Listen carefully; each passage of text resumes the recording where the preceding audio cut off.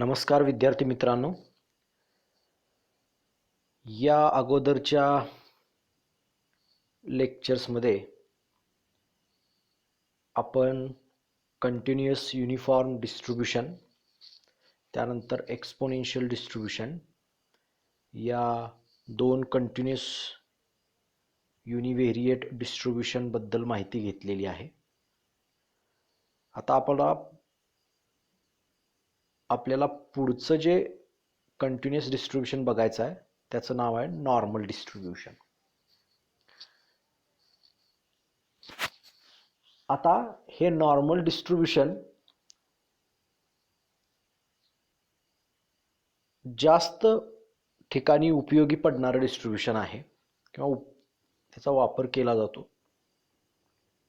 हे पहिल्यांदा 1733 साली डी मूव्हिर यानं पहिल्यांदा शोधून काढलं आणि त्यानंतर मग लॅपलास आणि कार्ल गॉस यांनी त्याच्या मॅथमॅटिकल प्रॉपर्टीज स्टडी केलेल्या आहेत.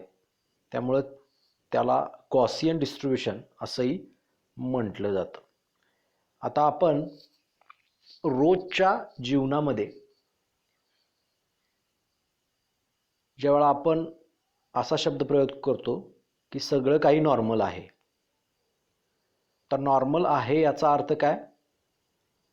तर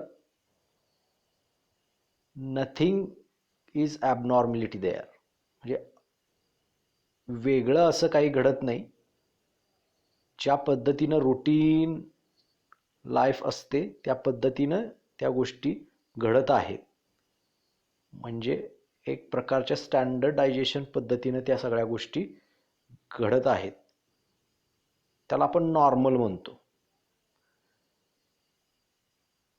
मग हे जे नॉर्मल डिस्ट्रीब्यूशन असतं, हे नॉर्मल डिस्ट्रीब्यूशन अशा सगळ्या ज्या रुटीन पद्धतीनं घडणाऱ्या जेवढ्या गोष्टी आहेत, इव्हेंट्स आहेत, त्यांना ते नॉर्मल डिस्ट्रीब्यूशन लागू पडतं.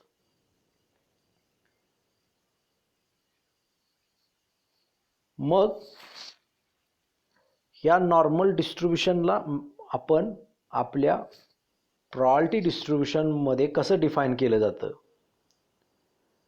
तर त्याची डेफिनेशन अशी आहे. Suppose a continuous random variable x is said to follow normal distribution with parameters mu and variance, mu is mean and sigma square that is variance, if its PDF is given by, त्याचं PDF कशा पद्धतीनं दिलेलं आहे तर f of x is equal to 1 upon root 2 pi into sigma into e raised to minus 1 half x minus mu upon sigma bracket square, where x takes values from minus infinity to plus infinity, mu also takes values from minus infinity to plus infinity, and sigma is strictly greater than 0 and is equal to 0 otherwise. म्हणजे x ची range minus infinity to infinity याच्या व्यतिरिक्त जर असेल तर त्याचं density function हे असतं ते 0 असतं. That is nothing but 0 otherwise. It is denoted as x follows a normal distribution with parameter mu and sigma square. अशा पद्धतीने त्याचं नोटेशन आहे. ही आपली स्टॅटिस्टिकली किंवा मॅथमॅटिकली त्याला आपण म्हणूया की नॉर्मल डिस्ट्रीब्यूशनची डेफिनेशन आहे की एखाद्या रँडम व्हेरिएबलचं PDF जर या पद्धतीनं जर आपण देऊ शकत असू तर आपण काय म्हणणार, ते एक्स हे रँडम व्हेरिएबल जे आहे ते नॉर्मल डिस्ट्रीब्यूशन फॉलो करते असं आपण म्हणू. आता जसं जे असं आपलं जे नॉर्मल डिस्ट्रीब्यूशन असतं त्याच पद्धतीने एक स्टँडर्ड नॉर्मल डिस्ट्रीब्यूशन सुद्धा एक असतं. स्टँडर्ड नॉर्मल डिस्ट्रीब्यूशन कुणाला म्हणायचं तर तुमच्या एक्स जे नॉर्मल डिस्ट्रीब्यूशन फॉलो करतं त्यामध्ये एक्स मधून तुमचा त्या डिस्ट्रीब्यूशनचा पॅरामीटर म्यू जो आहे तो मायनस केला आणि डिवायडेड बाय सिग्मा केलं तर ते जे नवीन व्हेरिएबल तयार होतं त्याला आपण झेड म्हणू समजा. तर that follows, A standard normal distribution. म्हणजे त्या स्टँडर्ड नॉर्मल डिस्ट्रीब्युशनमध्ये पॅरामीटर कुठले असतात तर 0 आणि 1. म्हणजे म्यू इज इक्वल टू 0 असतो आणि variance sigma square is equal to 1 असे पॅरामीटर असतात. त्यावेळेला आपण म्हणणार there is a standard normal distribution.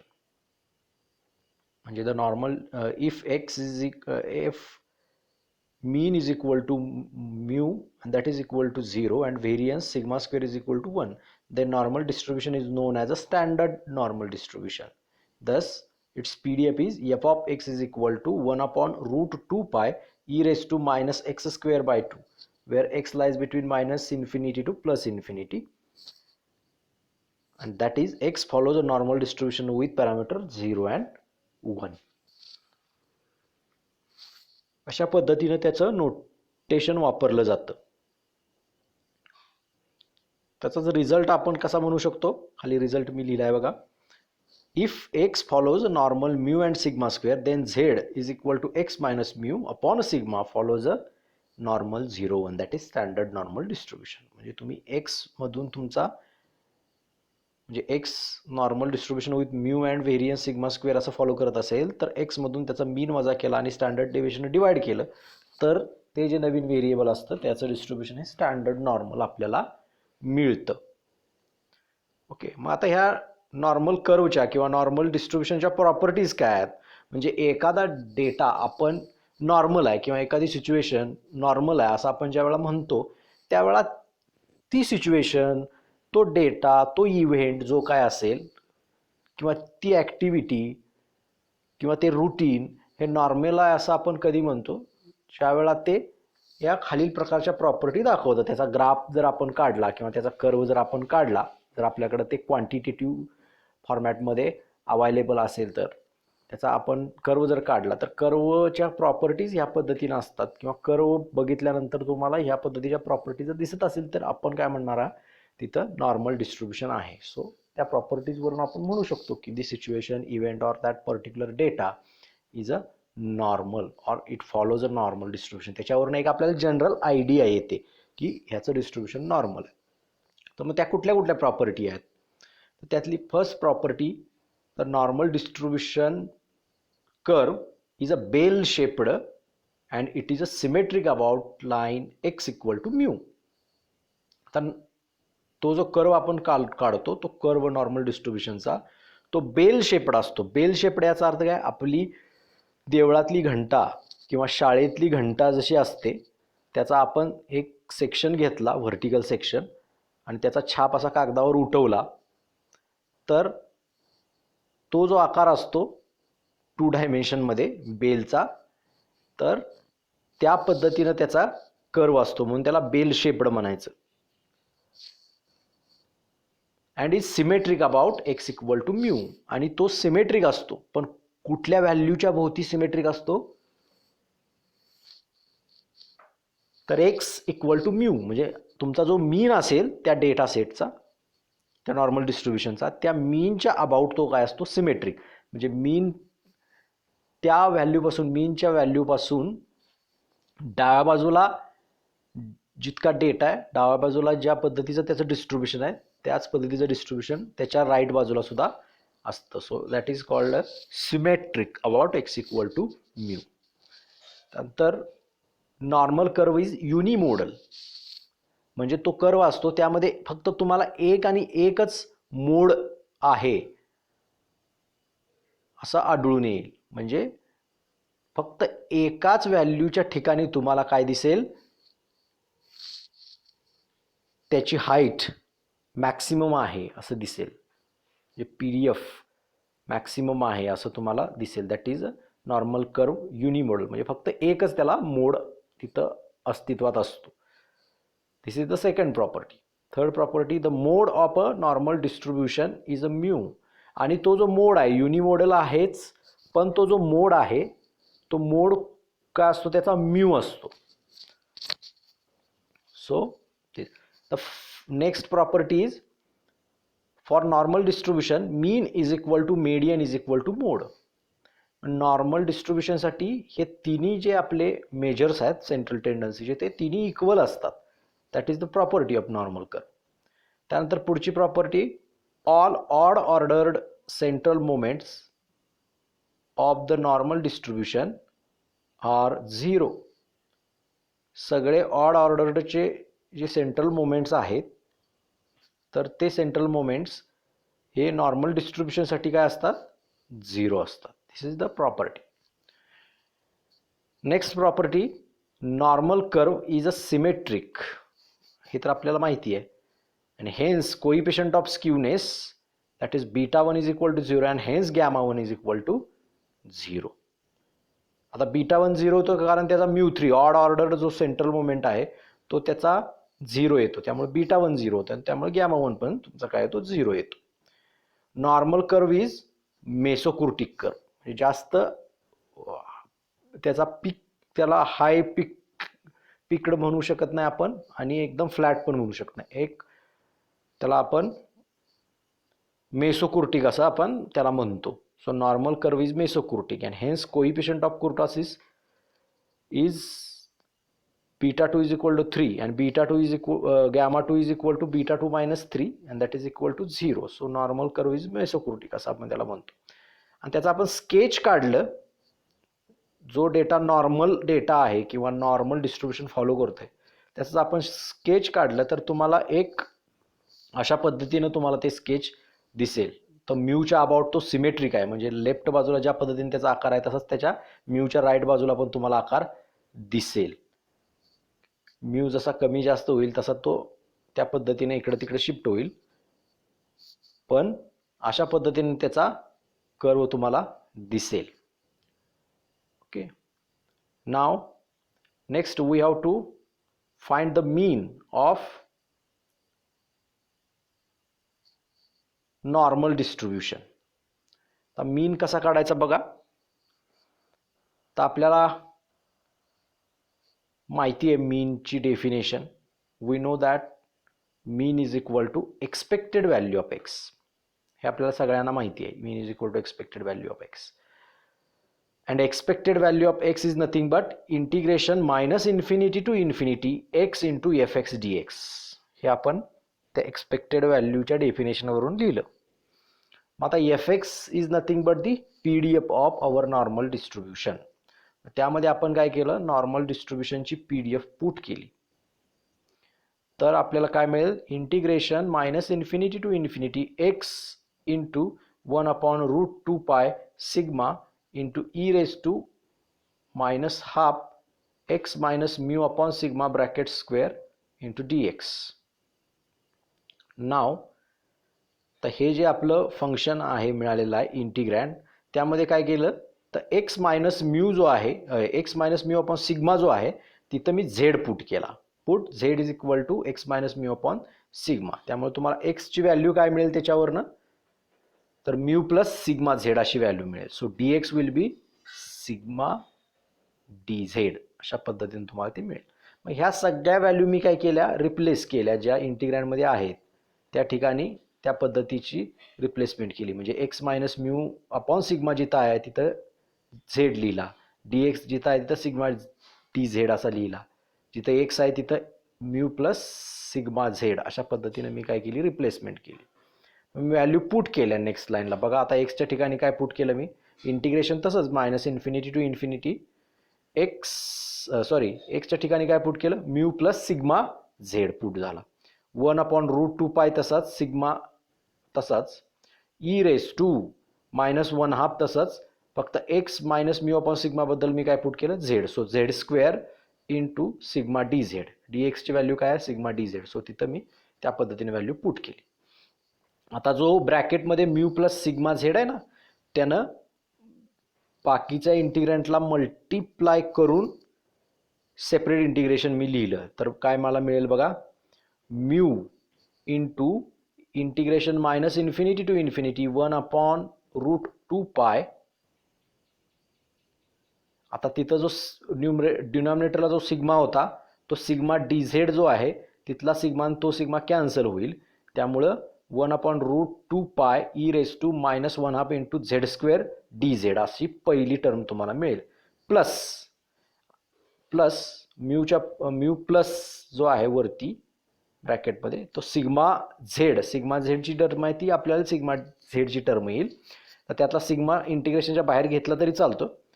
त्यामुळे आपण काय लिहू शकतो, integration sigma into integration minus infinity to infinity z into 1/√2π e raise to -1/2 z square d z. आता ह्यालाच मी काय केलं,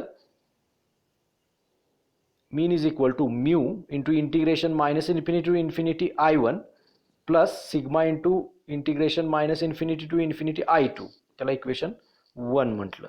आता I1 हा इंटिग्रँड आहे पहिल्या इंटिग्रेशनचा, I2 दुसऱ्या टर्म मधल्या इंटिग्रेशन मधला इंटिग्रँड आहे. आता तुम्ही त्यातला I1 जर बघितला तर I1 कुणासारखा दिसतोय, तर I1 looks like a PDF of standard normal distribution. आणि स्टँडर्ड नॉर्मल डिस्ट्रीब्युशनचा PDF दॅट इज त्याला आपण FZ म्हणूया. आणि त्या PDFची ओव्हर होल रेंज इंटिग्रेशन घेतलं तर आपल्याला काय मिळतं, 1 मिळतं. So hence I1 is a PDF of standard normal distribution. Hence, integration minus infinity to infinity I1 is equal to 1.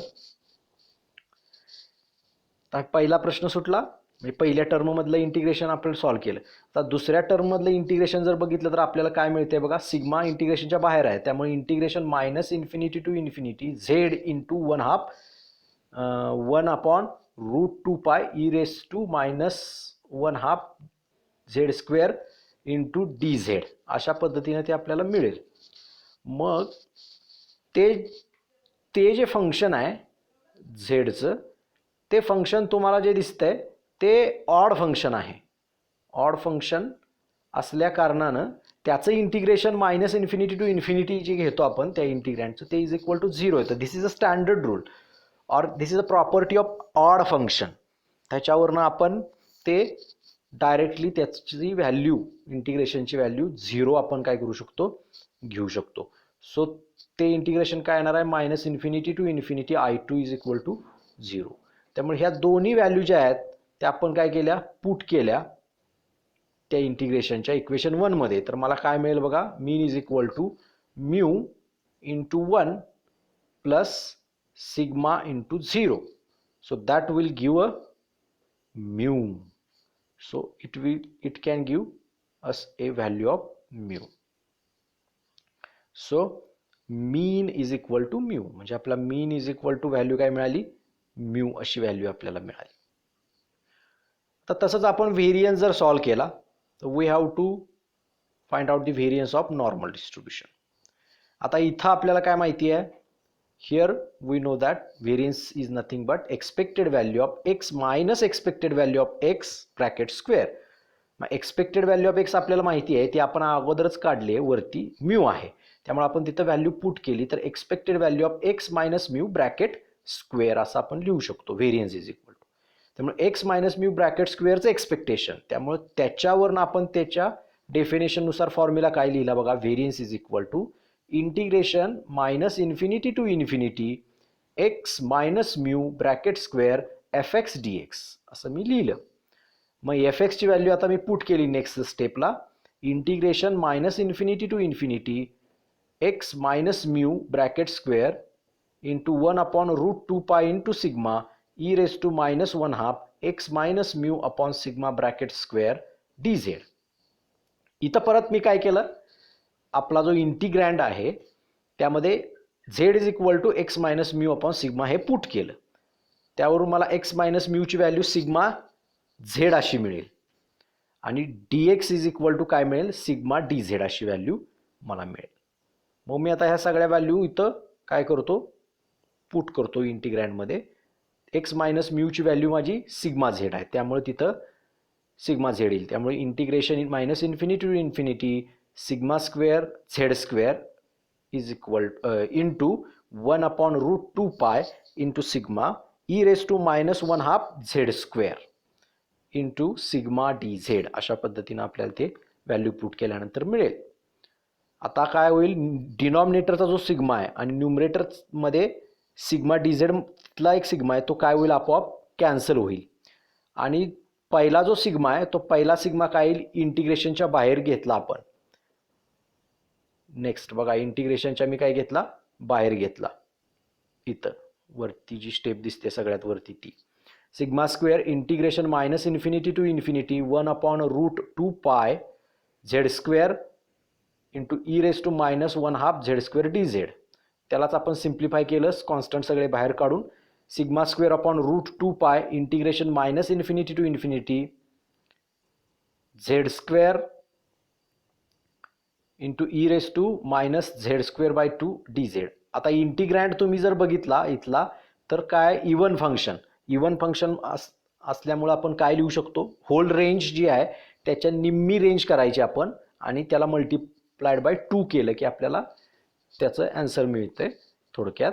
तर that is a property of even function. त्यावरून आपण तसं लिहिलं. मग इथं जी रेंज आहे ती मायनस इन्फिनिटी टू इन्फिनिटी आहे, त्यामुळे त्याच्या निम्मी रेंज म्हणजे 0 टू इन्फिनिटी पॉझिटिव्ह साईडची, आणि त्याला मल्टिप्लायर बाय 2. सो तिथं काय मिळेल आपल्याला, sigma square upon √2π into 2 into integration 0 to infinity z square e raise to minus z square by 2 into d z. आता ही जी टर्म आहे 0 टू इन्फिनिटी आणि पुढचा इंटिग्रँड, त्याला आपण कम्पेअर केला. कोणासोबत कम्पेअर केला, एक स्टँडर्ड रूल जे मी अगोदर तुम्हाला एक्सपोनेन्शियल डिस्ट्रीब्युशन शिकवताना ते दिलेले आहेत, त्यामध्ये तुम्ही रेफर करू शकता.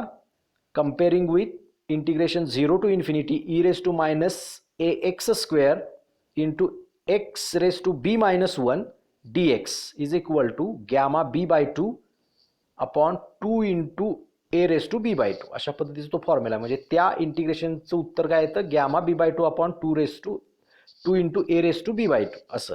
मग इथं ए आपण जर काढायला गेलो त्याशी कम्पेअर केल्यानंतर ए मला काय मिळतोय, तर 1/2 मिळतोय, आणि बी काय मिळतोय, 3 मिळतोय, कारण x raise to b minus 1 आहे. तसंच इथं -1 दॅट इज 3 - 1 2 येणार आहे.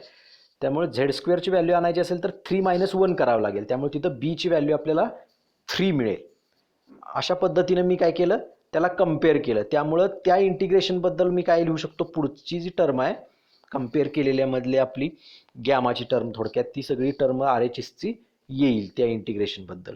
सो मी डायरेक्टली काय लिहिलं बघा तिथं, तो 2 इंटू सिग्मा स्क्वेअर अपॉन √2π आहे तो पुढच्या बाजूला मी घेतलाय, आणि त्या इंटिग्रेशनची टर्म आहे ती पहिल्यांदा घेतलेली आहे त्याचा आन्सर. तर काय आलं बघा, इथं बी आहे तुमचा 3, सो गॅमा 3/2 म्हणजे b by 2. So gamma 3/2 upon 2 into a raise to, a apply 1/2 raise to 3/2 b/2 that is nothing but 3/2 into ते पुढची पहिली कॉन्स्टंट टर्म इंटिग्रेशनच्या बाहेर आहे ती तशीच घेतलेली आहे मी. आता नेक्स्ट स्टेपला मी काय केलं बघा,